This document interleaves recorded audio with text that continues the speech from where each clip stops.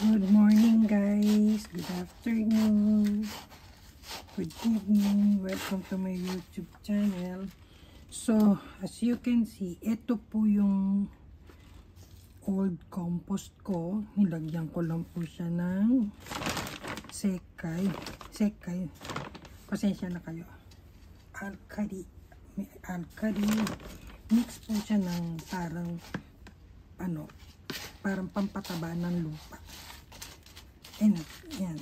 And then, dadagdagan lang po natin ng compost soil sa ibabaw. Ito kasi na siguro ito.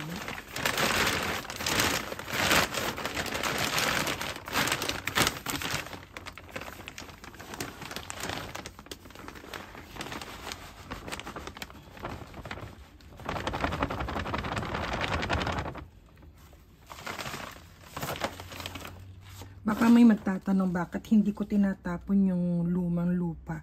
Kasi po, dito po kami nakatira sa condo type.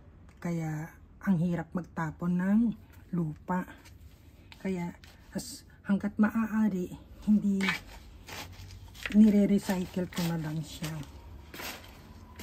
Ang ginagawa ko, pinatutuyo ko siya ng husto para mabuhaghag siya at madaling haluin.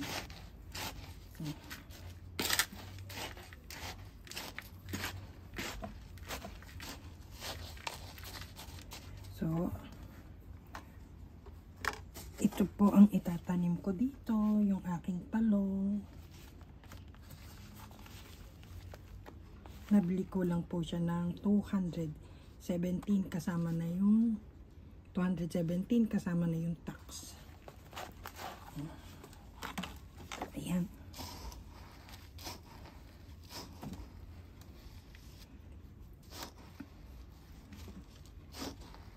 Ay, ayaw siya. Teka, wait guys. Ayaw.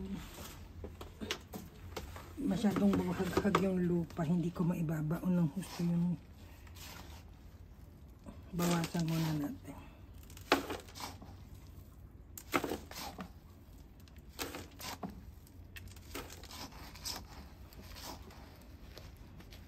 Para maibaon ko siya ng husto. Ayan dyan.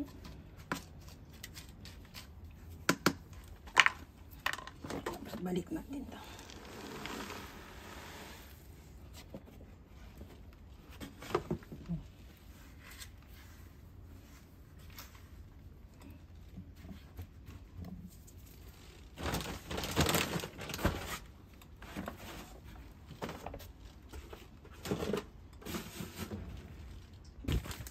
Tapos po guys, lalagyan po natin ng balat ng itlog para hindi po siya anahin ng mga insekto.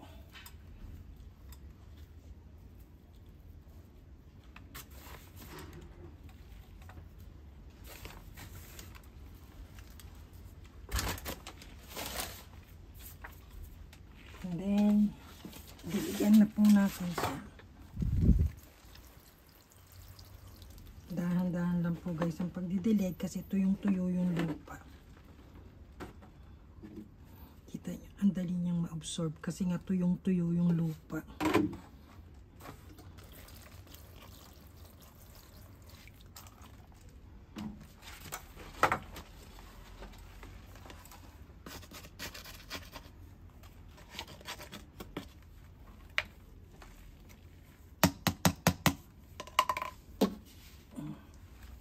Ulit.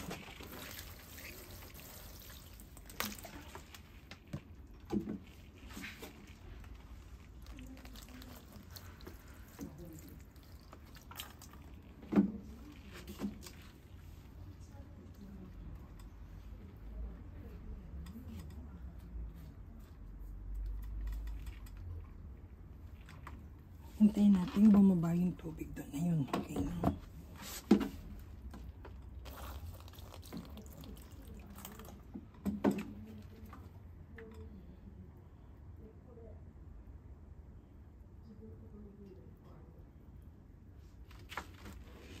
So, ayan po guys, ang aking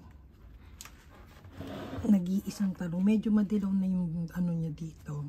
Kasi hindi ko siya nailipat agad. Pero, tignan po natin kung siya ay mabubuhay. Good luck. Thank you.